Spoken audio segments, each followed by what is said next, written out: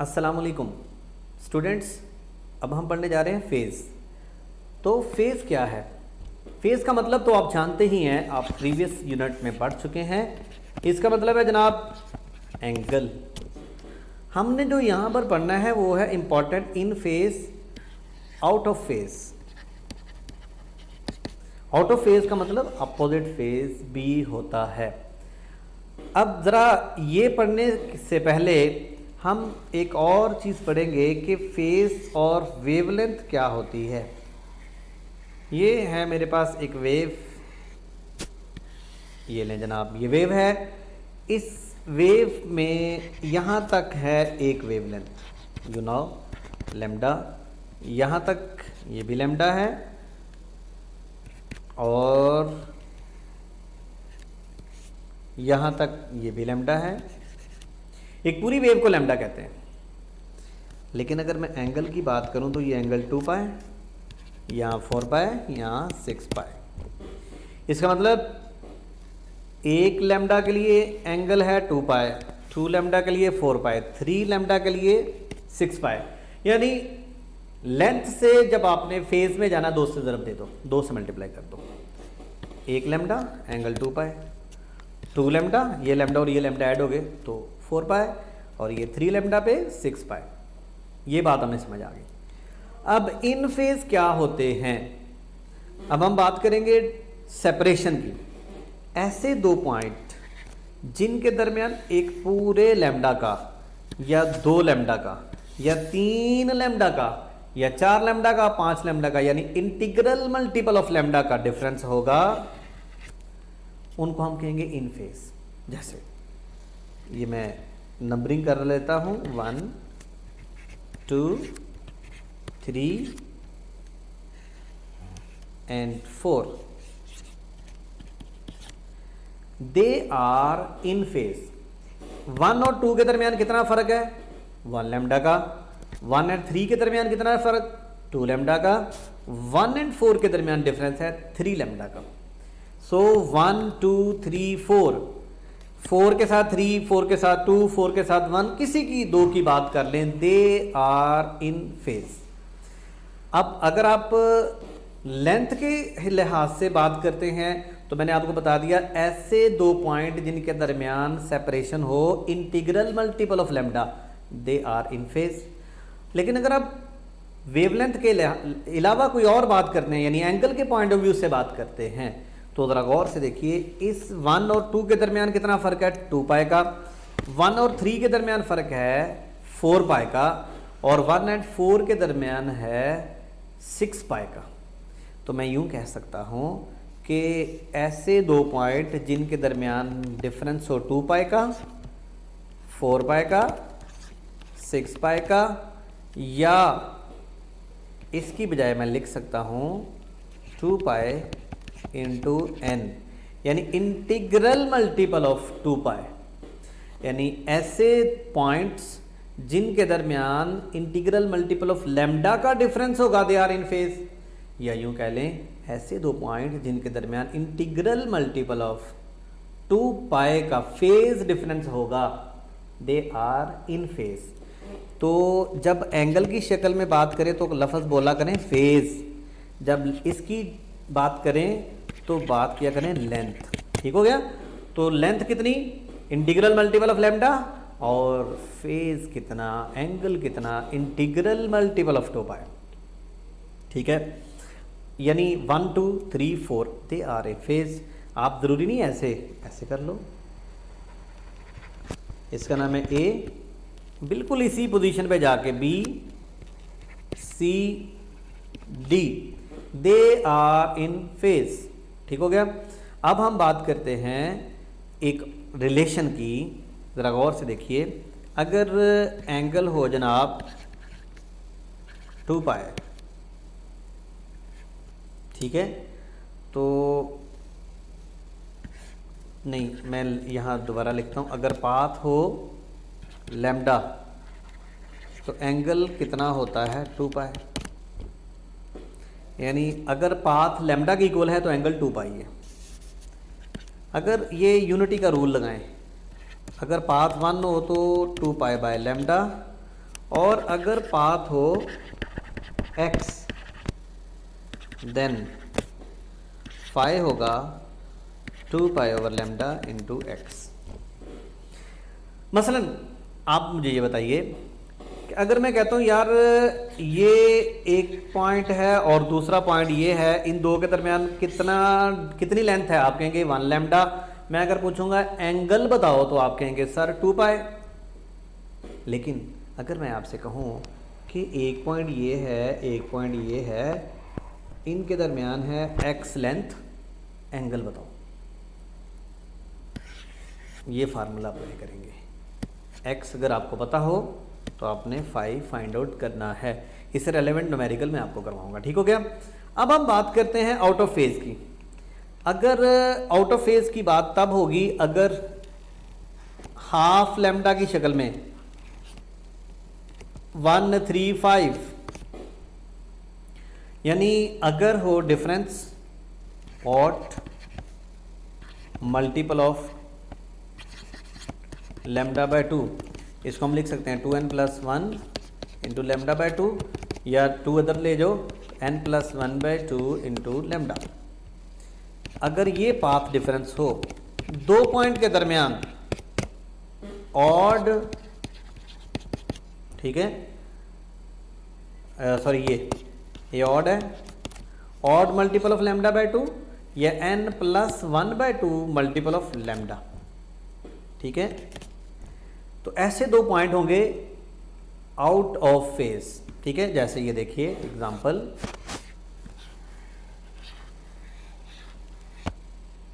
ये A है, ये B, चेक करो दोनों के दरमियान लैम्डा बाय 2 का फर्क। आप मुझे बताओ लैम्डा बाय 2 का मतलब एंगल कितना होता है, पाई, ठीक है। तो ऐसे दो पॉइंट जिनके दरमियान डिफरेंस कितना हो, पाथ का कितना डिफरेंस हो, 2n प्लस 1 लैम्डा बाय 2, और फेज कितना हो, कितना फेज डिफरेंस हो, 2n plus 1 into pi. Lambda by 2 में कितना एंगल होता है, पाई। तो अगर दो पॉइंट के दरमियान इतना पाथ का फर्क है या इतना एंगल का फर्क है तो वो आउट ऑफ फेज है। There motion is opposite. In phase का एक और मतलब भी ध्यान में रख लीजिए, इन फेज का मतलब होता है आइडेंटिकल मोशन, आइडेंटिकल, और आउट ऑफ फेज का मतलब है अपोजिट।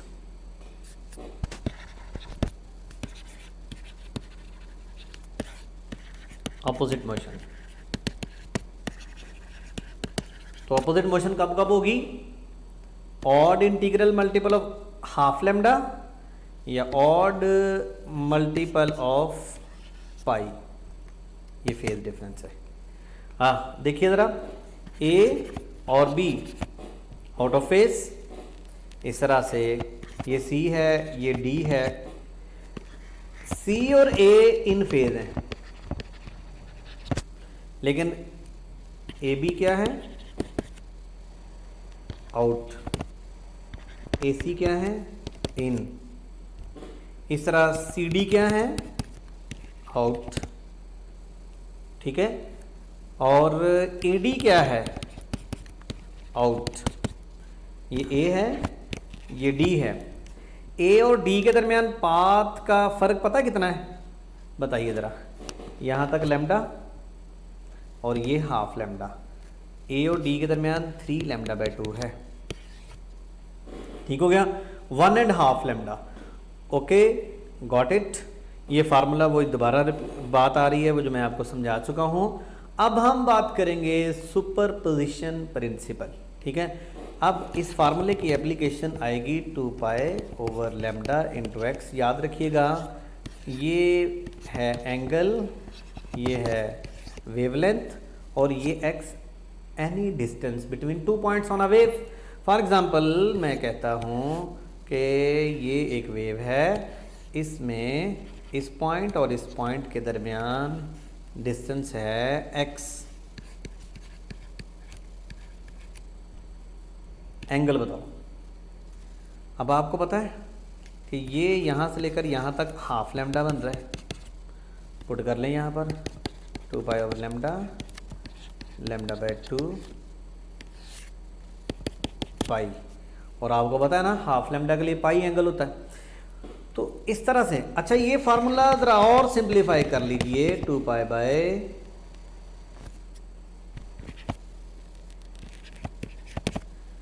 आप परेशान मत हो, ये कैसे आया, phi is equal to 2 pi X over lambda, lambda होता है वी ओवर एफ, तो ये एफ ऊपर चला गया।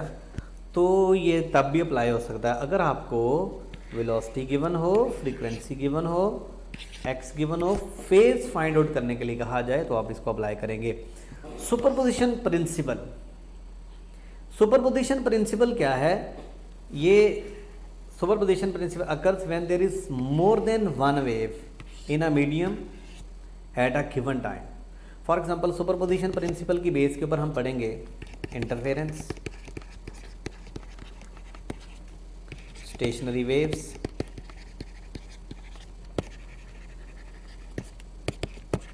बीट्स,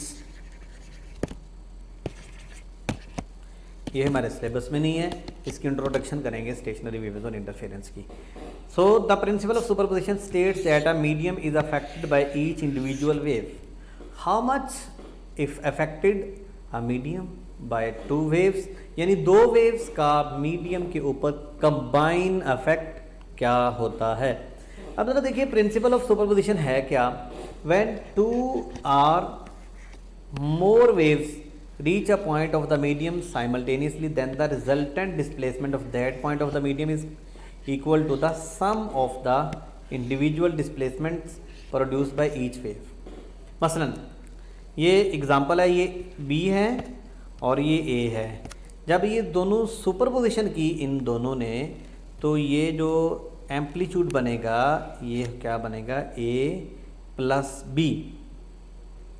आप ये एक और एग्जांपल देखिए सुपरपोजिशन ऑफ प्रिंसिपल में, सपोज मेरे पास ये एक वेव है और एक और वेव इसी तरह इसके साथ मिल जाती है, और सपोज ये वेव इस तरह से है,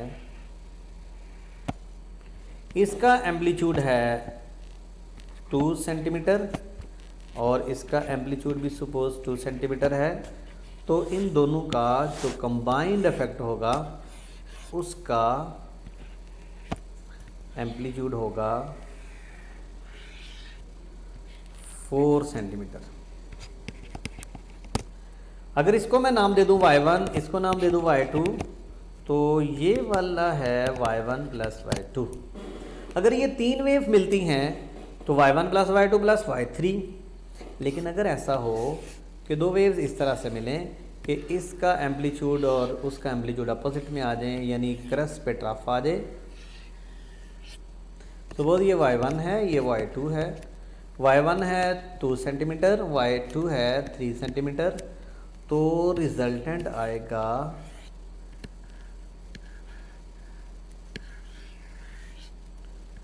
1 centimetre. y2 minus y1, 3 minus 2, 1। तो दोनों का एम्पलीट्यूड क्या होगा, डिफरेंस लेंगे हम, ठीक है। तो क्रस्ट पे क्रस्ट फॉल करेगा तो ऐड होंगे जितनी भी वेव्स होंगी, और अगर क्रस्ट पे ट्रफ फॉल करेगा तो y2 माइनस y1 होगा रिजल्टेंट एम्पलीट्यूड, ठीक है। मैंने इससे रेलेवेंट कुछ क्वेश्चंस आपके साथ शेयर कर लूँ और यहाँ से कुछ कॉन्सेप्ट भी आपको मिलेंगे। If a train of waves moving along a rope has a velocity of 100, velocity given है, and a wavelength of 20, lambda given, the time period, तो v is equal to lambda by t, t is equal to lambda over v, so lambda is equal to 20 and velocity is equal to 100, तो 2 by 10 0.2, so answer is Charlie. ये आपने apply किया कौन सा formula, और आपको बताऊं कि ये यूएचएस में आ चुका है ये वाला सवाल। अब आप अंदाज़ा करें कि यूएचएस में ये कितना सिंपल सवाल भी आ सकता है, ये सवाल जो आपने मैट्रिक में पढ़ा है, ठीक है ना। अब वो क्वेश्चन जो हम अभी थोड़ी देर पहले एक फार्मूला डिस्कस कर चुके थे, a small amplitude progressive wave in a stretch string है the velocity of 10, velocity given है, फ्रीक्वेंसी गिवन है, okay. The phase difference in radian between points 2.5 centimeter apart in the string.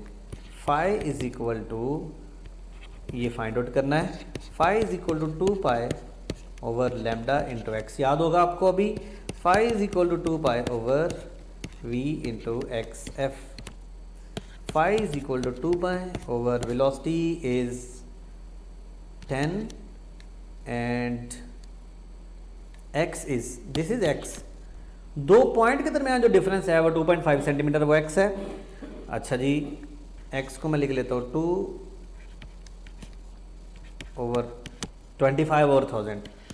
आप सोच लें ये मैंने क्यों लिखा है 2.5 को। और फ्रीक्वेंसी है 100। तो अब आप कैलकुलेट कर लें, ये वाला 100 इन 2 जीरो से कट गया, नीचे बच गया 100, तो 24 into 400 2 to the 4 pi by 2। ठीक हो गया। तो ऐसे जब भी सवाल आएंगे आप समझ जाइएगा कि ये वाला फार्मूला हमने अप्लाई करना है। अब ये फ्रीक्वेंसी 1000 फ्रीक्वेंसी गिवन है, travel between X and Y a distance of 600 metre in 2 second. अब ये देखें, ये this is velocity 600 over 2 that is equal to 300 metre per second, और ये डिस्टेंस है। हाउ मैनी वेवलेंथ्स, याद रखिए नंबर ऑफ वेवलेंथ। आपको ये चीज़ समझाने के लिए मैंने ये न्यूमेरिकल यहाँ लिखा है। नंबर ऑफ वेवलेंथ्स फाइंड करने के लिए ये फार्मूला होता है distance over lambda. Number of wavelengths को वेव नंबर भी बोलते हैं, वेव नंबर। तो जब भी वेव नंबर फाइंड आउट करना हो, टोटल डिस्टेंस ओवर वेवलेंथ। ठीक हो गया। अब सवाल ये है हमारे पास कि हाउ मैनी वेवलेंथ्स, तो डिस्टेंस गिवन है, यानी how many wavelength number find out करना है, तो 600 ओवर लैम्डा इसे डिवाइड करेंगे। अब लैम्डा फाइंड आउट करना, lambda is equal to V over F, velocity is 300 and frequency is 1000, तो क्या आया 0.3। 600 over 0.3, 600 into 10 over 3, 2000। So wave number का यूनिट क्या होगा भला, पर मीटर, क्योंकि सॉरी वेव नंबर का यूनिट नहीं होगा कोई भी, क्योंकि ऊपर भी डिस्टेंस है नीचे भी डिस्टेंस है। तो वेव नंबर क्या होता है, total distance divided by wavelength. Answer is delta. It is a common characteristics of all types of wave motion that particles move up and down, particles move back and forth। ये transverse में होता है, ये longitudinal में होता है। Energy transferred without the transport of particles, a material medium transmit the disturbance. तो energy transfer होती है तमाम टाइप्स ऑफ वेव्स में। एक सवाल है कि स्टेशनरी वेव्स एनर्जी ट्रांसफ़र नहीं करती, तो वेव की बेसिक डेफिनेशन है एनर्जी ट्रांसफ़र करती है वेव, जबकि स्टेशनरी वेव्स एनर्जी ट्रांसफ़र नहीं करती। फिर वेव की डेफिनेशन गलत होगी ना।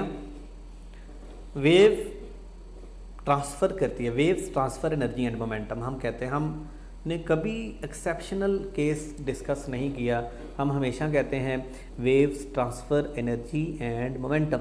लेकिन मैंने अभी आपको बताया कि स्टेशनरी वेव्स एक ऐसी वेव है जो कि एनर्जी ट्रांसफ़र नहीं करती। फिर आप मुझे बताइए कि क्या फिर बेसिक डेफिनेशन गलत हुई या सही। The diagram shows the particle of wave which of the following pair of points are in phase. ये ए और बी नहीं, इन फेज का मतलब है कि एन लैम्डा या एन इंटू 2 पाई का फर्क होना चाहिए। पूरी वेव गिन लो। बी है बी सी, ये बी है, ये सी है, ये भी नहीं है।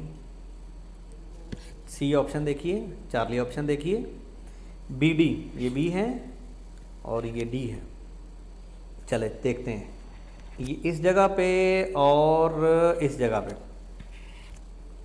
एक लैम्डा है और ये है हाफ लैम्डा।